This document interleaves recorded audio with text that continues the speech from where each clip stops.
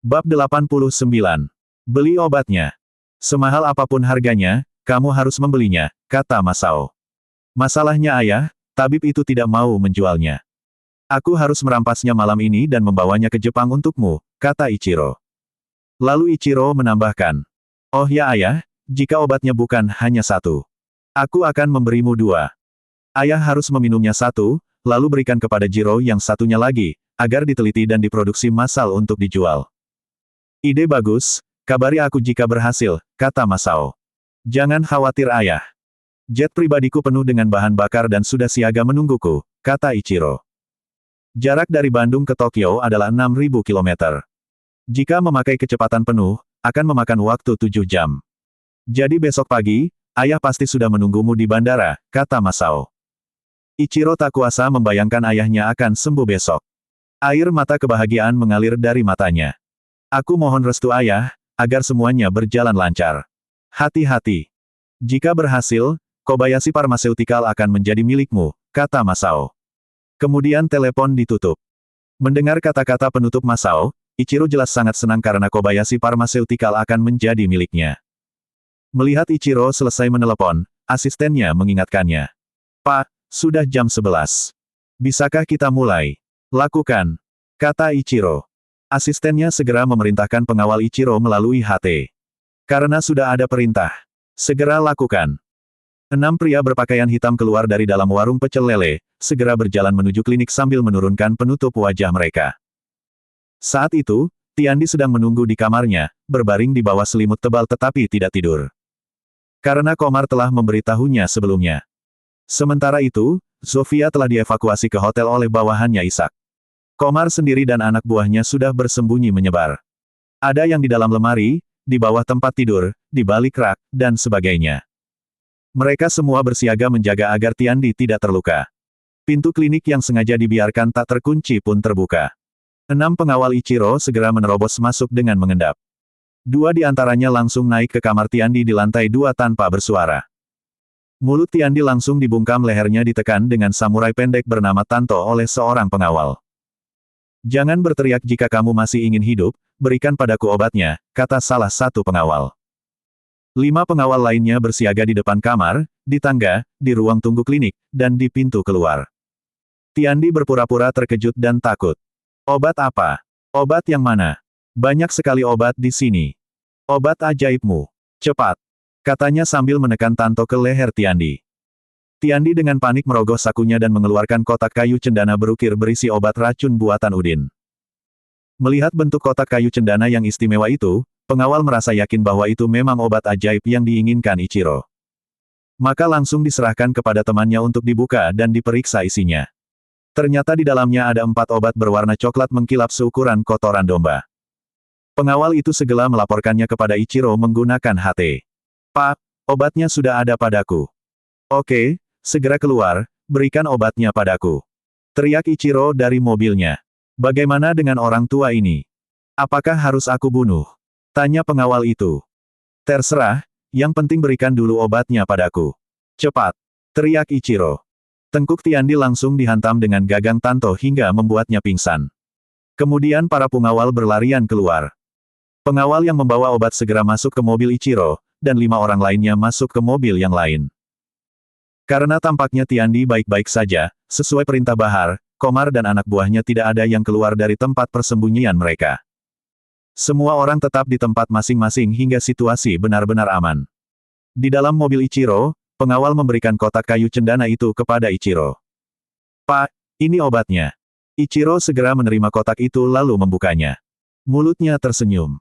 Aroma obat langsung memenuhi ruangan mobil. Bagus. Ini obat yang ku mau. Semuanya, cepat ke bandara. Kita harus segera kembali ke Tokyo, kata Ichiro memerintahkan pengemudi untuk melajukan mobil. Asisten juga segera memberitahu sopir mobil yang lain kemudian menghubungi awak pesawat untuk menyalakan mesin agar mereka dapat langsung lepas landas setibanya di bandara. Berkendara lebih cepat sebelum polisi mengetahuinya, kata Ichiro kepada pengemudi. Pak Ichiro, jangan khawatir, polisi di sini tidak akan cepat tanggap terhadap sebuah kejadian. Mereka pasti akan menunggu laporan dulu, dan mengabaikannya jika tidak ada laporan. Jikapun mereka datang, mereka akan disibukkan dengan memeriksa TKP, membuat BAP dari korban, saksi, dan lainnya. Paling cepat, besok baru mereka bertindak untuk mencari kita, sementara kita sudah berada di Jepang, kata asistennya sambil terkekeh. Karena malam, konvoi Maibah melaju mulus di jalan utama menuju bandara. Ichiro tersenyum membayangkan besok ia akan dipuji ayahnya dan menjadi pewaris Kobayashi Pharmaceutical. Ichiro tidak tahu bahwa 5 pengawal di mobil belakang telah disergap dan ditangkap oleh anak buah Isak.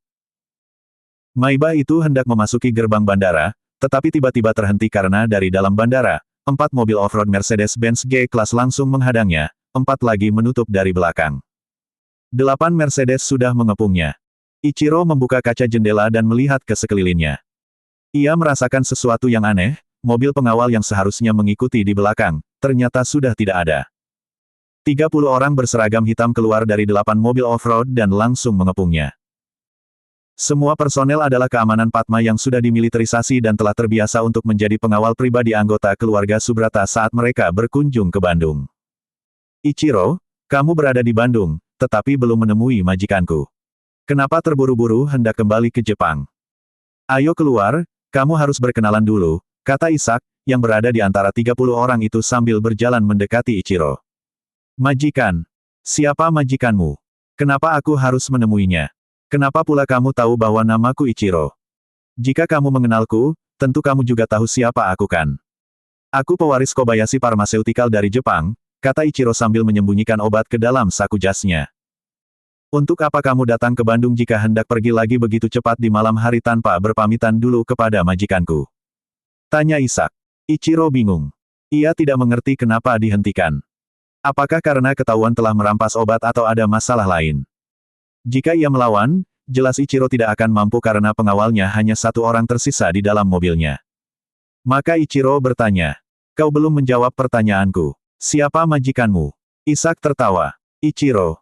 Farmasimu telah meniru terlalu banyak resep dari leluhur bangsaku. Karena kamu orang yang dihormati di negaramu. Seharusnya kamu tahu siapa yang dihormati di Indonesia. Kau seharusnya pernah mendengar nama keluarga Subrata kan? Keluarga Subrata. Ichiro mendesah panjang. Ichiro memang mengenal keluarga Subrata, yang merupakan keluarga terkaya kedua di Indonesia. Tetapi apa hubungannya dengan dirinya? Maka Ichiro berkata, aku belum mengerti, kenapa aku harus keluar dan menemui keluarga Subrata. Ayo turun. Lalu ikut aku agar kamu mengerti, kata Isak. Bagaimana jika aku tidak mau? Tanya Ichiro. Isak mengeluarkan pistol dari pinggangnya, lalu mengarahkannya ke dahi Ichiro. Ini perintah. Kamu harus menemuinya hidup atau mati. Karena Ichiro memikirkan obat itu yang harus segera sampai ke tangan ayahnya. Jadi seseorang harus bisa melarikan diri untuk kembali ke Jepang sambil membawa obat tersebut. Akhirnya Ichiro mengangguk. Aku akan ikut denganmu, tapi biarkan asistenku pulang duluan. Karena ada banyak urusan pekerjaanku yang harus ia diselesaikan di Jepang. Isak mengangguk sambil tersenyum. Semua orang boleh pergi, kecuali kamu. Ichiro menghela napas lega sambil diam-diam mengepalkan kotak obat itu ke tangan asistennya sambil memberinya beberapa instruksi. Berikan obat ini kepada ayahku, katakan padanya aku masih ada urusan di Bandung. Jika aku sudah selesai, aku pasti akan segera kembali juga. Asisten itu mengangguk sambil menerima obat, lalu ia turun dan bergegas memasuki bandara diikuti oleh seorang pengawal Ichiro yang tersisa. Ichiro dan sopirnya hanya bisa memandang mereka dari dalam mobil. Akhirnya, Ichiro pun keluar dan masuk ke dalam salah satu Mercedes-Benz G-Class yang pintunya telah dibuka oleh Isak. Di dalam mobil, Ichiro bertanya, "Di mana majikanmu?" "Sabar, nanti kamu akan tahu jika sudah sampai," kata Isak sambil memerintahkan semua mobil untuk bergerak maju. Konvoi 8 Mercedes-Benz G-Class dan sebuah sedan Maybach pun segera melaju menuju rumah Emus di Cicalengka. Di tengah perjalanan, Isak menelepon Bahar. "Bahar, jemput Pak Udin. Aku sedang membawa Ichiro ke Cicalengka." Isak pun mengirim pesan kepada Udin. "Gan, Ichiro sedang kubawa ke Cicalengka. Bahar akan menjemputmu." Udin menoleh ke arah Ichi yang terlelap. Lalu diam-diam ia keluar kamar sambil mengenakan jaketnya, lalu keluar rumah. Dan menunggu Bahar di pinggir jalan. Tak lama setelah Bahar tiba, mobilnya berhenti di depan Udin. Udin membuka pintu dan bergegas masuk. Mobil segera melaju ke Cicalengka. Sesampainya di Cicalengka, Mobil Bahar memasuki halaman sebuah rumah dengan banyak rak bambu dan tampah dari anyaman bambu di atasnya, tetapi mobil tidak berhenti. Mobil terus maju melalui samping rumah itu terus ke belakang, melewati ladang singkong yang sangat luas. Di tengah ladang singkong yang tak terlihat dari manapun, terdapat sebuah bangunan besar dan luar yang dikelilingi benteng setinggi 2 meter. Bahar memasukkan mobilnya melalui gerbang benteng yang telah dibuka dari dalam. Sudah banyak orang di dalamnya, sebuah sedan milik Ichiro dan 10 mobil Mercedes-Benz G-Class terparkir. Ishak sudah ada di sana sedang berbincang dengan muslihat. Inilah pertama kalinya Udin datang dan mengetahui tempat itu. Meskipun Bahar sudah lama mengatakan bahwa ia memiliki tanah luas di Cicalengka yang ditunggu Emus. Namun Udin tak pernah terpikir untuk mengunjunginya. Jadi sebenarnya, di lahan tanah milik Bahar yang luas itu Emus memberdayakan para preman anak buahnya untuk menanam singkong dan membuat kicimpring di rumahnya di pinggir jalan yang dilalui barusan. Rak bambu dan tampah bambu yang Udin lihat adalah untuk menjemur kicimpring. Namun itu semua hanyalah kamuflase untuk menyamarkan bahwa di tengah kebun terdapat usaha lain milik Bahar dengan omset ratusan juta per bulan. Yaitu memelihara berbagai jenis anjing ras. Ratusan ras anjing dipelihara di situ, dikembangbiakan, dan dilatih. Yang kemudian dijual sebagai anjing polisi atau hewan peliharaan orang kaya, yang harganya bisa mencapai puluhan hingga ratusan juta per ekor. Ratusan kandang anjing berjejer di dalam kandang yang dikelilingi benteng tinggi, berisi berbagai jenis anjing, termasuk Beagle, Chihuahua, Dalmatian, Siberian Husky, Doberman, German Shepherd, Rottweiler, Pitbull, Great Dane, Villa Brasileiro, Akita Inu, Boxer, dan sebagainya. Jadi mereka semua kini sebenarnya sudah berada di dalam kandang anjing. Karena banyaknya anjing, ketika mobil dan orang berdatangan, di bagian dalam benteng menjadi riuh dipenuhi oleh suara anjing yang menyalak, terutama suara anjing-anjing besar. Bahar sudah familiar dengan tempat itu. Selain sebagai tempat memelihara anjing, Bahar juga menganggapnya sebagai penjara untuk orang-orang yang dianggapnya musuh. Ada yang disiksa atau disuruh merawat anjing, memberi makan, dan membersihkan kandang. Atau dengan mengadu mereka dengan anjing, dibiarkan berkelahi dengan anjing agar anjing menjadi galak. Di sudut benteng juga terdapat gedung 3 lantai, yang merupakan kantor, gudang makanan anjing, dan mes karyawan. Ada juga ruang bawah tanah tempat menyimpan peralatan untuk melatih anjing dan peralatan kebersihan. Serta beberapa ruangan lain mirip penjara. Penjara itu adalah ruangan khusus untuk Bahar mengeksekusi tahanannya dengan cara kekerasan premanisme tanpa pengadilan. Saat itu, Ichiro telah diikat dan digantung di sebuah tiang. Sementara itu, kelima sipir dan sopirnya juga diikat bersama di tiang yang lain. Udin keluar dari mobil, langsung disambut oleh Ishak dan Emus sambil mengangguk. Gan, Ichiro sudah di sini. Udin menoleh kepada Ichiro yang tergantung dengan kedua tangannya diikat dan diangkat ke atas tiang. Ichiro, akhirnya kita ketemu lagi, kata Udin sambil tersenyum. Ichiro menatap Udin dengan tatapan bingung. Kamu yang membeli akar bajaka seharga 1 miliar itu kan? Udin mengangguk. Benar, itu aku. Kenapa kau mencuri obat dari Tiandi lalu mencoba melarikan diri? Kau salah paham, aku tidak mencurinya, jawab Ichiro. Salah paham. Lalu siapa ke-6 orang pencuri ini? Bukankah ini orangmu? Tanya Udin sambil menunjuk kelima pengawal Ichiro yang semua sedang menunduk ketakutan. Yang satu adalah sopirku, namun yang 5, aku tidak mengenal mereka, jawab Ichiro dengan wajah pucat. Udin menghampiri kelima pengawal Ichiro, lalu bertanya. Kalian kenal orang itu? Tanya Udin sambil menunjuk Ichiro. Mereka yang ditanya malah mulai berdebat satu sama lain. Karena mereka tidak mengerti bahasa yang digunakan oleh Udin. Ishak melangkah maju dan bertanya dalam bahasa Jepang. Apakah kalian kenal dia? Semua orang menggeleng. Gan, mereka tidak mengenalnya, jelas Ishak kepada Udin. Oh.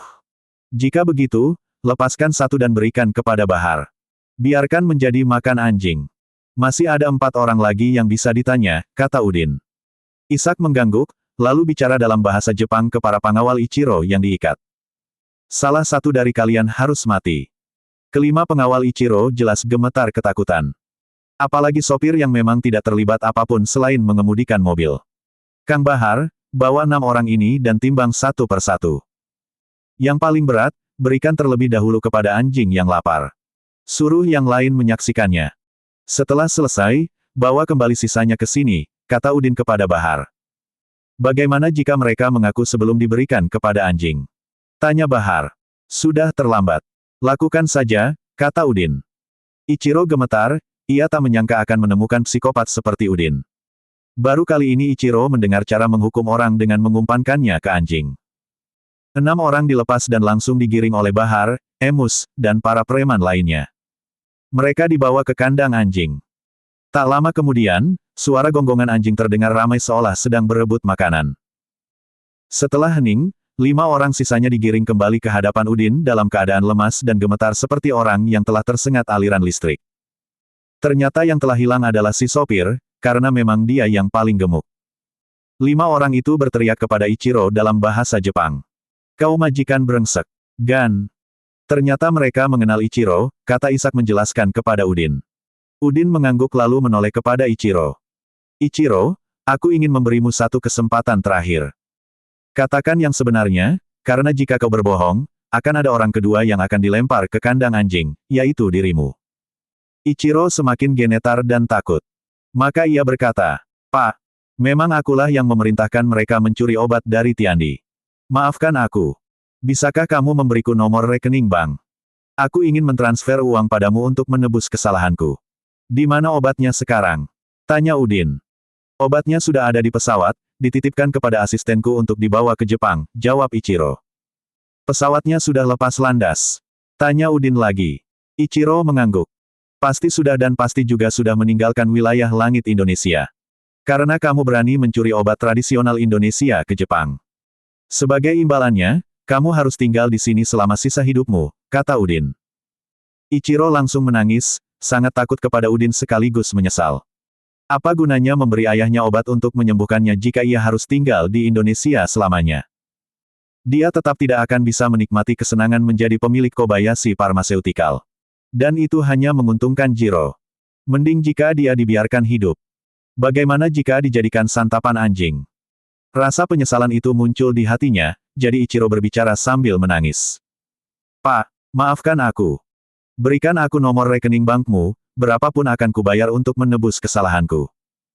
Atau kembalikan ponselku, aku akan menelepon awak pesawat agar mereka kembali.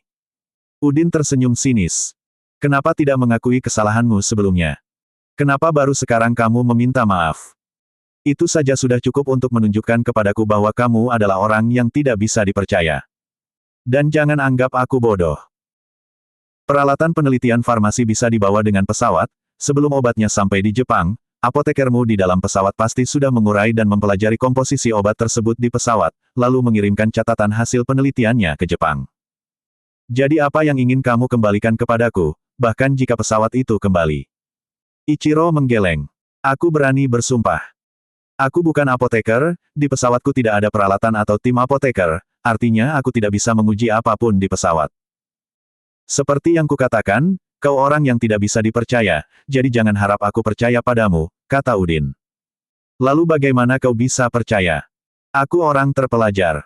Aku tahu saatnya harus berbohong. Saat ini aku jujur padamu, kata Ichiro sambil menangis. Udin melangkah maju dan menamparkan pipi Ichiro. Kau sudah menjadi pencuri, menyiksa orang tua yang tak berdaya, membiarkan anak buahmu dimakan anjing demi keselamatanmu. Apakah itu yang kau sebut terpelajar? Ichiro menundukkan kepalanya, meskipun hanya ditampar, tetapi bibirnya langsung robek dan darah mengalir ke dagunya. Berbicara tentang orang terpelajar jelas seperti mimpi, karena tindakannya sungguh tidak menunjukkan sebagai orang terpelajar. Maka Ichiro pun berbicara lagi. Katakan saja keinginanmu, selama aku mampu, aku akan menurutinya. Udin menjawab. Gampang, beli saja formulanya. Pesawatmu bisa melanjutkan perjalanan ke Jepang. Ichiro mengangguk setuju. Katakan harganya. Aku akan meminta ayahku untuk mentransferkan uangnya kepadamu sekarang juga. 100 miliar yen, kata Udin. Kalau tidak, aku akan mengumumkan kepada dunia bahwa Kobayashi Pharmaceutical telah mencuri formula obat dari Indonesia. Ichiro terpana. Tapi 100 miliar yen terlalu mahal untuk sebuah ramuan. Kobayashi tidak punya uang sebanyak itu. Jadi menurutmu formula obat tradisional Indonesia itu murah? Jika murah, kenapa harus dicuri? Kata Udin kesal sambil menamparkan pipi Ichiro lagi. Dengar, laba bersih Kobayashimu 20 miliar yen setahun. Lagi pula, ayahmu baru saja meminjam uang dari bank untuk memperluas pabriknya yang di Osaka kan. Uang itu seharusnya masih ada di kas Kobayashi. Jadi jangan bilang kau tidak punya uang. Ichiro gemetar, karena ia tak menyangka Udin juga tahu tentang urusan keuangan internal Kobayashi. Pak, semua uang Kobayashi berada di bawah kendali ayahku. Aku tak berhak mengeluarkannya. Jika begitu, telepon ayahmu sekarang. Kata Udin kepada Ichiro. Mang, lepaskan tangannya. Berikan ponselnya, kata Udin kepada Ishak. Ishak dengan enggan melepaskan tangan kanan Ichiro dan memberikan ponselnya. Ichiro mencari kontak ayahnya dengan satu tangan. Lalu menghubunginya dengan pengeras suara diaktifkan. Sambil menunggu telepon diangkat, Ichiro menarik napas dalam-dalam sambil menatap langit, memikirkan apa yang akan ia katakan kepada Masao. Sementara air mata mengalir menyusuri pipinya. Bersambung.